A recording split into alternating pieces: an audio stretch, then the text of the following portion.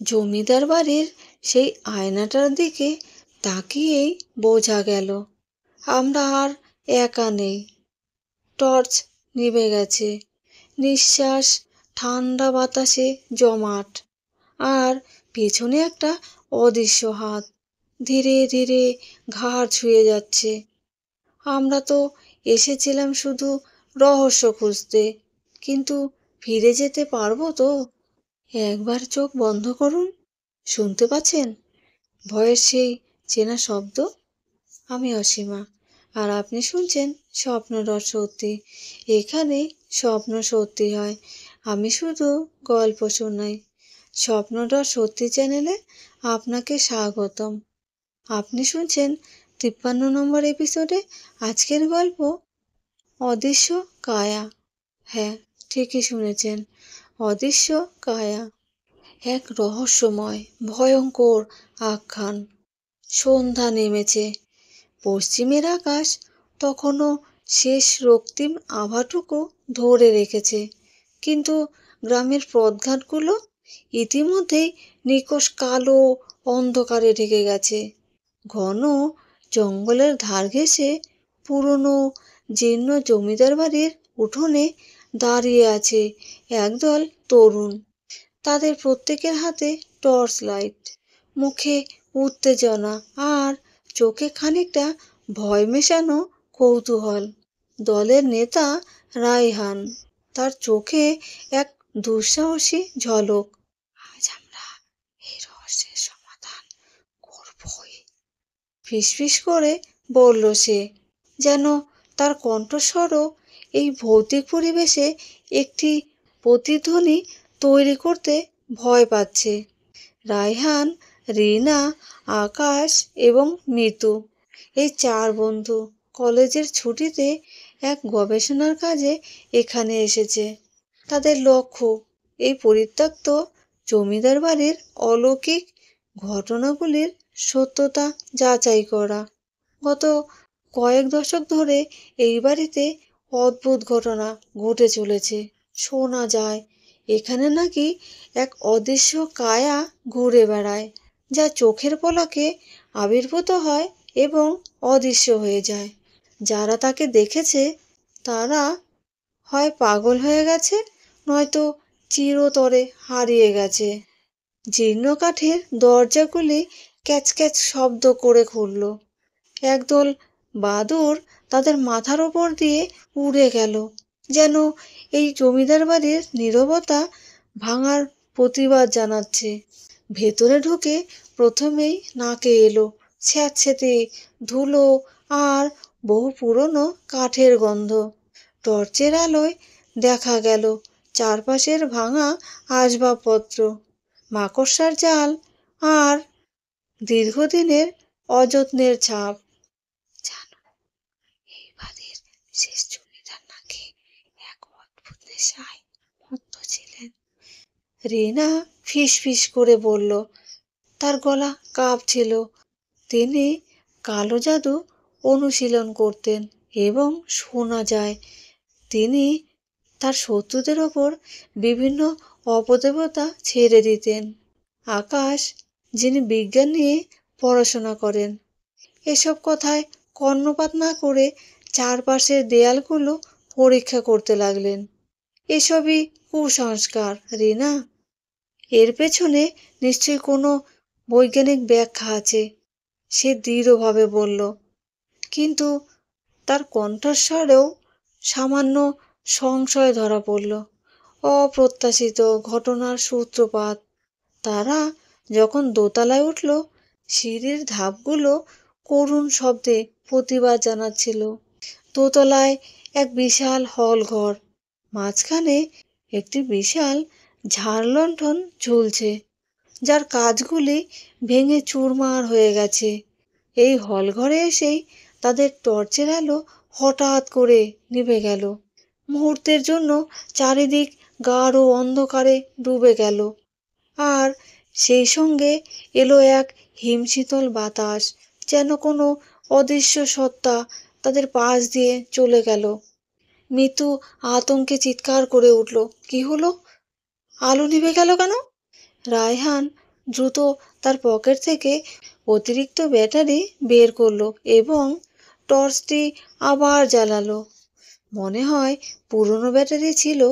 সে চেষ্টা করলো পরিস্থিতি স্বাভাবিক করতে, কিন্তু তার চোখ দুটি সতর্ক ছিল।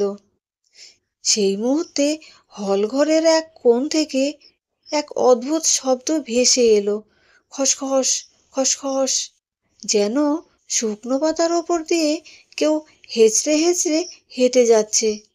তারা সবাই শব্দের উৎস খুঁজতে টর্চের আলো ফেলল, কিন্তু কিছুই দেখতে পেল না।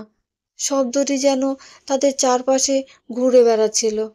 হঠাৎ তাদের পাশ থেকে একটি ভাঙা ফুলদানি প্রচণ্ড শব্দ করে মেঝেতে পড়ে গেল, যেন অদৃশ্য কোনো শক্তি সেটাকে ছুঁড়ে ফেলেছে। মিতু ভয়ে রায়হানের হাত চেপে ধরল। আমরা কি ফিরে যাব? সে কাঁদতে কাঁদতে বলল। না, এখনো নয়, রায়হান বলল। আমরা একটা বড় কিছু মিস করছি। তারা সাবধানে হলঘর পার হয়ে পাশের একটা ঘরে ঢুকলো। এটি ছিল জমিদার মশাইয়ের পড়াশোনার ঘর। বইপত্র এলোমেলোভাবে পড়ে আছে, আর একটি বিশাল পড়ার টেবিল মাঝখানে পড়ে আছে, যেখানে একটি পুরনো ডায়েরি খোলা অবস্থায় পড়ে আছে। রায়হান সেটি তুলে নিল। ডায়েরিটি জমিদার মশাইয়ের নিজের হাতে লেখা ছিল। ডায়েরির রহস্য উন্মোচন। ডায়েরির পাতা উল্টাতে উল্টাতে রায়হানের চোখ আটকে গেল একটি পাতায়, যেখানে অদ্ভুত সব প্রতীক আর মন্ত্র লেখা ছিল। তার পাশে একটি তারিখ এবং একটি ভয়ানক ঘটনা বর্ণনা করা হয়েছে। জমিদার মশাই তার ডায়েরিতে লিখেছিলেন যে তিনি এমন এক শক্তিকে জাগিয়ে তুলেছেন, যা দৃশ্যমান নয়, কিন্তু যার অস্তিত্ব তিনি স্পষ্ট অনুভব করতে পারেন। এই শক্তি নাকি তার কথা শোনে এবং তার নির্দেশ পালন করে। কিন্তু শেষ কয়েকটি পাতায় জমিদার মশাইয়ের হঠাৎ এবং ভয়ের কথা লেখা ছিল। কিন্তু শেষ কয়েকটি পাতায় জমিদার মশাইয়ের হতাশা এবং ভয়ের কথা লেখা ছিল। তিনি লিখেছিলেন যে যে শক্তিকে তিনি নিয়ন্ত্রণ করতে চেয়েছিলেন, সেটি এখন তার নিয়ন্ত্রণের বাইরে চলে গেছে। সে নাকি নিজের ইচ্ছে মতো কাজ করছে এবং তার নিজের জীবনও এখন বিপন্ন। শেষ পাতায় শুধু একটি বাক্য লেখা ছিল, এ আর আমার কায়া নয়, এ এক অদৃশ্য বিভীষিকা। ডায়েরিটা বন্ধ করতেই তাদের পেছনে শব্দ হলো। এবার শুধু শব্দ নয়, একটি হিমশীতল স্পর্শ অনুভব করলো তারা, যেন অদৃশ্য কোনো হাতের তালু তাদের পিঠ ছুঁয়ে গেল। আকাশ দ্রুত ঘুরে দাঁড়িয়ে টর্চের আলো ফেলল, কিন্তু শূন্যতা ছাড়া আর কিছুই ছিল না। আমরা এখানে একা নই, রিনা গলা নামিয়ে বলল। মনে হয় জমিদার মশাই যে শক্তির কথা লিখেছিলেন সেটি এখনো এখানে আছে। হঠাৎ ঘরের তাপমাত্রা দ্রুত কমতে যেতে শুরু করলো। তাদের নিঃশ্বাস সাদা ধোঁয়ার মতো বের হতে লাগলো। তাদের চোখের সামনে টেবিলের ওপর রাখা একটি কলম শূন্যে ভেসে উঠল এবং দ্রুত গতিতে ঘুরতে লাগলো। তারপর এক ঝলক আলোর ঝলকানি দিয়ে সেটি অদৃশ্য হয়ে গেল। অদৃশ্য বিভীষিকার মুখোমুখি এবার আর কোনো সংশয় থাকলো না। তারা সত্যি এক অলৌকিক সত্তার মুখোমুখি হয়েছে। রায়হান দ্রুত ডায়েরির একটি পাতা ছিঁড়ে নিল, যেখানে সেই অদৃশ্য কায়াকে দমন করার একটি অসম্পূর্ণ মন্ত্র লেখা ছিল। সে মনে মনে ভাবল, হয়তো এই মন্ত্রটি তাদের রক্ষা করতে পারে। ঘরের কোণে রাখা একটি পুরনো আয়না হঠাৎ উজ্জ্বল হয়ে উঠল। আয়নার ভেতরে তাদের নিজেদের প্রতিবিম্বের পাশাপাশি একটি আবছা কালো ছায়া দেখা গেল। ছায়াটি মানুষের আকৃতির, কিন্তু এর কোনো স্পষ্ট বৈশিষ্ট্য ছিল না। এটি যেন শুধু একটি ঘন কালো শূন্যতা। ওটা কি? মিতু ভয়ে কেঁপে উঠল। ছায়াটি আয়না থেকে বেরিয়ে ছায়াটি আয়না থেকে বেরিয়ে ধীরে ধীরে তাদের দিকে এগিয়ে আসতে লাগলো। তাপমাত্রা আরও কমে গেল এবং তাদের মনে হলো যেন তাদের শরীরের রক্ত জমাট বেঁধে যাচ্ছে। বাতাসে একটা অদ্ভুত গুঞ্জন শোনা গেল, যা তাদের কানের পর্দায় আঘাত করছিল। রায়হান দ্রুত ডায়েরিতে লেখা মন্ত্রটি আবৃত্তি করতে শুরু করলো। তার কণ্ঠস্বর ভয়ে কাঁপছিল, কিন্তু মন্ত্রটি অসম্পূর্ণ ছিল। অদৃশ্য কায়া আরও কাছে এলো, আর তাদের মনে হলো যেন কেউ তাদের দম বন্ধ করে দিচ্ছে। তাদের টর্চের আলো নিভু নিভু করতে লাগলো, যেন সেই অদৃশ্য শক্তি তাদের সমস্ত শক্তি শুষে নিচ্ছে। আকাশ হঠাৎ চিৎকার করে উঠল, সরে এসো, সরে এসো! সে তার হাতে থাকা ক্যামেরার ফ্ল্যাশ মারল। তীব্র আলোয় অদৃশ্য কায়া মুহূর্তের জন্য থমকে গেল। এটি একটি সুযোগ। রায়হান, রিনা, আকাশ এবং মিতু দৌড়ে ঘর থেকে বেরিয়ে আসার চেষ্টা করলো, কিন্তু হলঘরে এসে দেখলো প্রধান দরজাটি বন্ধ হয়ে গেছে। শুধু বন্ধ নয়, দরজাটি যেন কোনো অদৃশ্য শক্তি দিয়ে আটকে আছে।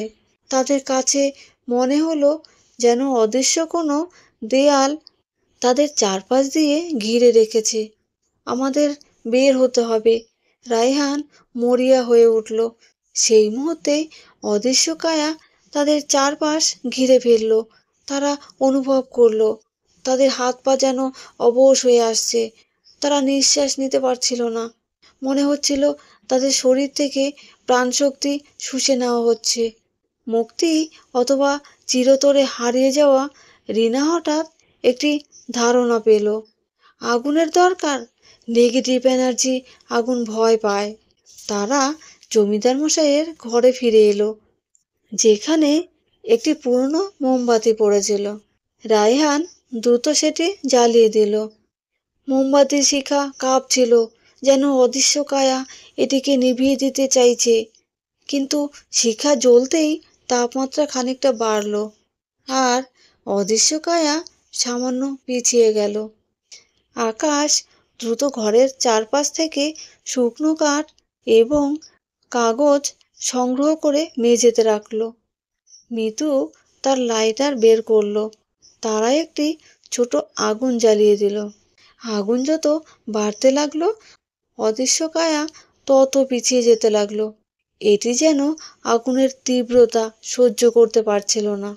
অদৃশ্য কায়া তীব্র আর্তনাদ করে উঠল, যা তাদের কানের পর্দা প্রায় রক্ত বের করে দিচ্ছিল। আর্তনাদটি ধীরে ধীরে ক্ষীণ হয়ে এলো এবং অদৃশ্য কায়াটি আয়নার দিকে ফিরে গেল। আয়নার ভিতরে সেই কালো ছায়াটি আবার স্পষ্ট হলো, কিন্তু এবার সেটি আরো দুর্বল দেখাচ্ছিল।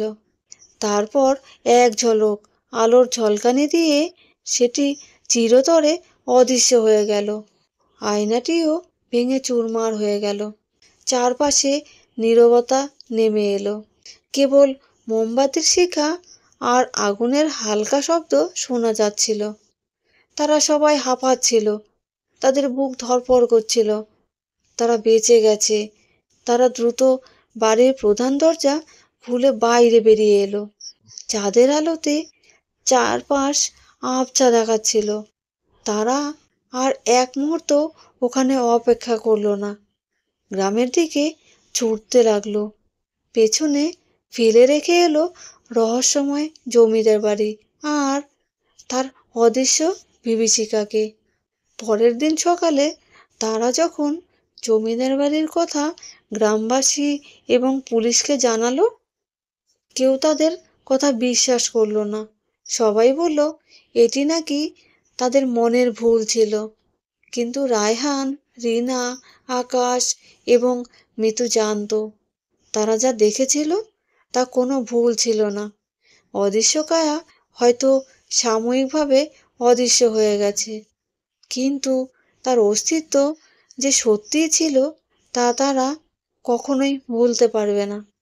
এবং সেই দিনের পর থেকে আর তারা কখনোই কোনো পরিত্যক্ত বাড়ির ধারে কাছে যায়নি। তাদের সেই দুঃসাহসিক অভিযান তাদের জীবনকে চিরতরে বদলে দিয়েছিল।